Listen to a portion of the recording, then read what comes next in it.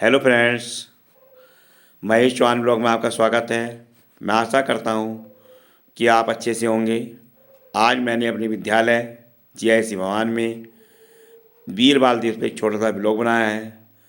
तो अगर मेरा ब्लॉग पसंद आए, लाइक करें, शेयर करें, कमेंट्स करें और जो चैनल पर नए हों चैनल को सब्सक्राइब ज़रूर कर दें और बेल आइकन का बटन भी ज़रूर दबा दें, जिससे मेरे आने वाला वीडियो या शॉर्ट वीडियो या ब्लॉग्स आपको सबसे पहले मिल सके।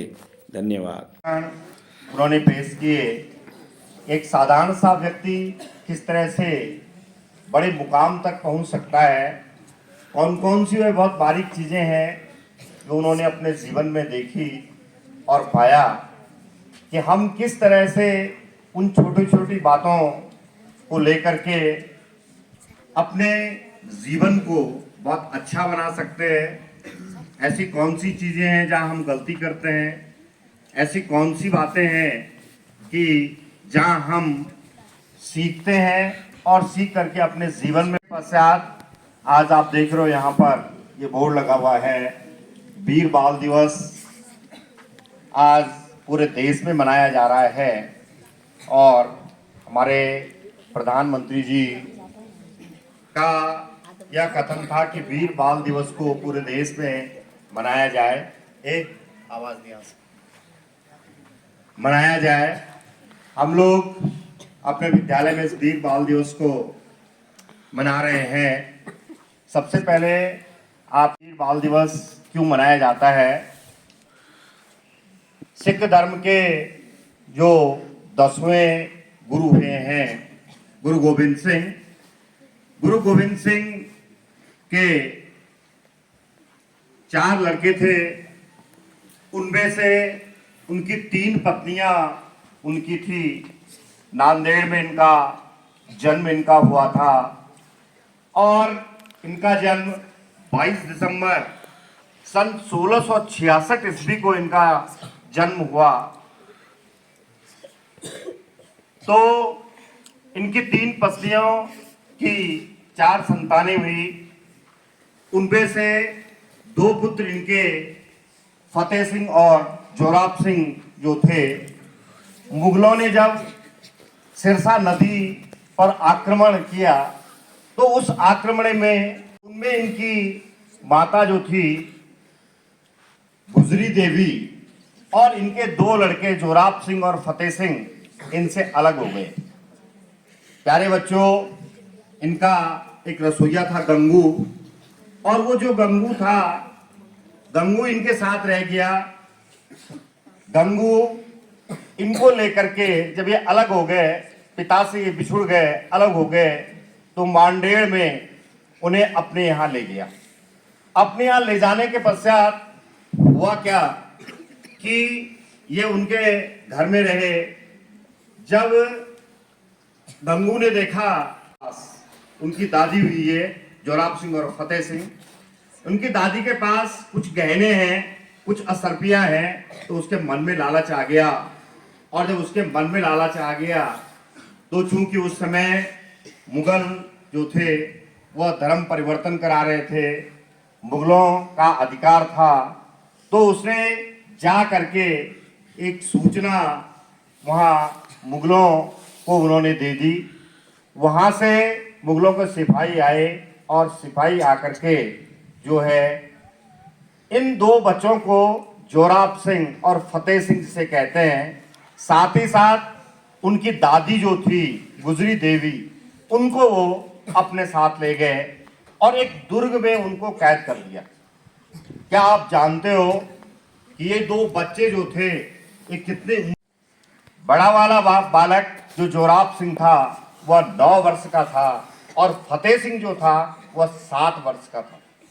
जब दुर्ग में उनको उन्होंने बंद कर दिया, दुर्ग में उनको रखा, ऐसी जगह रखा जहां बहुत अधिक ठंड थी और वह दुर्ग चारों ओर से खुला था, बंदी उन्हें बना दिया गया। ठंड से वे कांपते रहे, ठिठुरते रहे। कई दिन तक उन्होंने उन्हें उस दुर्ग में रखा और दुर्ग में रखने के पश्चात वह चाहते थे कि वह दोनों बच्चे अपना धर्म परिवर्तन कर दें, सिख धर्म से हट करके यह जो है मुगल धर्म को अपना लें। उनकी दादी भी उनके साथ वही बंदी रही। उनकी दादी ने उन्हें जितने दिन वो उस दुर्ग में रहे उन्हें यह उपदेश दिया कि अपने धर्म को कभी परिवर्तित नहीं करना है, अपने सर को कभी नहीं झुकाना है। बहुत लाख प्रयास तो दोनों बच्चों को दीवार में मुगलों ने वहां पर चिनवा दिया। आप लगा सकते हो, कल्पना कर सकते हो कि 7 और 9 वर्ष के बच्चे को दीवार में चिनवा दिया गया। साथ ही उनकी जो दादी गुजरी देवी थी उसको उन्होंने जानबूझकर एक दीवार गिरा करके उनकी मृत्यु वहां कर दी। तो ऐसे बच्चे जिन्होंने क्या है मुगलों के सामने घुटने नहीं टेके, जिन्होंने अपना धर्म परिवर्तन नहीं किया, जिन्होंने अपना सिर कभी नहीं झुकाया, उन बच्चों की और उनकी दादी की याद में आज हम यह वीर बात जान सकते हो कि इस तरह से जो सिख धर्म है उसके ये अंतिम गुरु जो थे इनके पिता थे। उसके पश्चात जो है इन्होंने मुगलों से लड़ाई की और लड़ाई करने के पश्चात एक बार मुगलों को हरा करके फिर यह दक्षिण की ओर चले गए और अंत में 42 वर्ष की अवस्था में इनकी मृत्यु हो गई। कहते हैं कि एक जो पठान था यह अपने कक्ष में आराम कर रहे थे, पठान आया और उन्होंने चाकू से गोद करके इनकी हत्या कर दी गुरु गोविंद सिंह ने। गुरु गोविंद सिंह खालसा पंथ की स्थापना की और खालसा जो पंथ था बैसाखी के दिन इन्होंने खालसा पंथ की घोषणा इन्होंने की। कहते हैं कि एक बहुत बड़ी जनसभा वहां पर हो रही थी और उन्होंने कहा कि धर्म की रक्षा के लिए, सिख धर्म की रक्षा के लिए कौन अपना बलिदान दे सकता है। उस सभा में एक नवयुवक उठा और उसने कहा मैं अपना बलिदान इस धर्म की रक्षा के लिए दे सकता हूं। उसके पश्चात गुरु गोविंद सिंह उसे अंदर ले गए और अंदर ले जाने के पश्चात जब वो बाहर निकले तो उनके हाथ में खून से सनी हुई एक तलवार थी जो खून से लथपथ हो रखी थी। प्यारे बच्चों, सबने उस भीड़ ने सबने देखा और जब सबने देखा तो लोग हतप्रभ हो गए। उसके पश्चात अपनी कुर्बानी देने को तैयार है।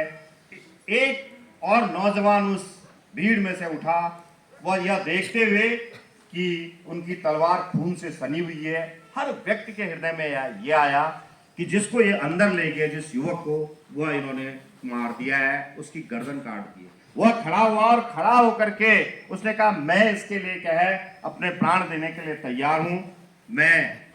उसके पश्चात उसको भी अंदर ले गए और अंदर लेने के पश्चात फिर वह तलवार खून से जाने के पश्चात वह खून से सनी हुई तलवार फिर बाहर आई।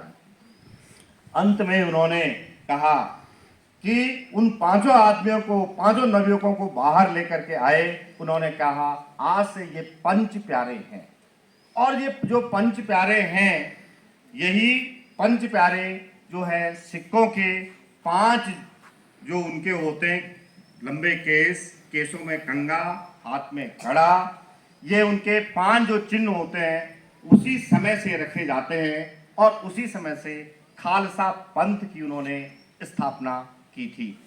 बोलने के लिए तो बहुत कुछ था, बहुत लंबी सारी बातें हैं, लेकिन वीर बालकों के बलिदान और उनकी दादी के बलिदान के कारण आज हम यहाँ पर ये वीर बाल दिवस मनाते हैं 26 तारीख के दिन। और आप सब लोगों को इन लोगों से प्रेरणा लेनी चाहिए। इन्हीं शब्दों के साथ बहुत अधिक न कहते हुए समय के अभाव के कारण मैं अपनी वाणी को यहाँ पर विराम देता हूँ और एक बार अपने विद्यालय की ओर से, अपने समस्त स्टाफ की ओर से नौटियाल जी का बहुत बहुत धन्यवाद देता हूँ कि आप यहाँ पर आए, आपने हमारा मार्गदर्शन किया। इन शब्दों के साथ जय उत्तराखंड, जय भारत, धन्यवाद।